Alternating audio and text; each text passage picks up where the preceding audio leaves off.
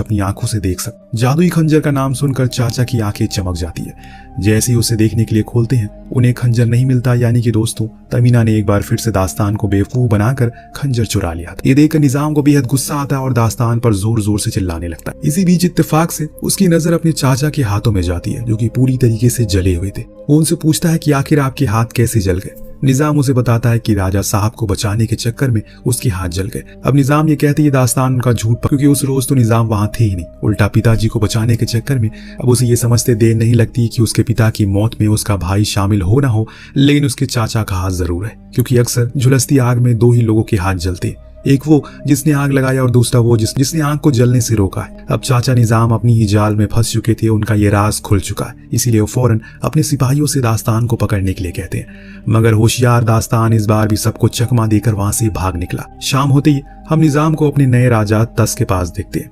वो उसे भड़काता है कि राजा शरमान का हत्यारा उसका भाई दास्तान है।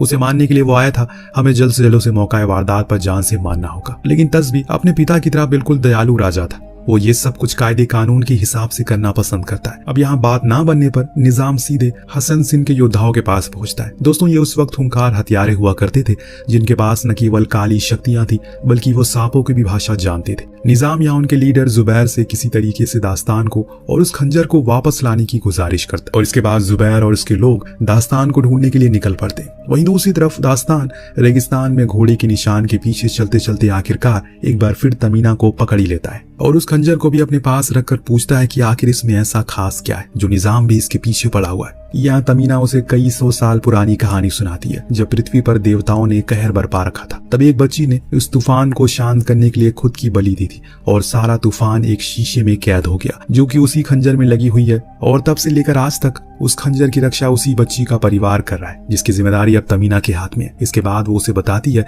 इस खंजर की मदद से निजाम समय में पीछे जाकर बचपन के उस वक्त में जाना चाहता है जब शिकार करते समय एक बार उसने अपने भाई शरमान को शेर से बचाया था। बस यहाँ वो अपनी वही गलती ठीक करना चाहता है और अपने भाई शरमान को ना बचाकर शेर का निवाला बनने देना चाहता है ताकि आगे जाकर उसके भाई की जगह वो राजा बन सके।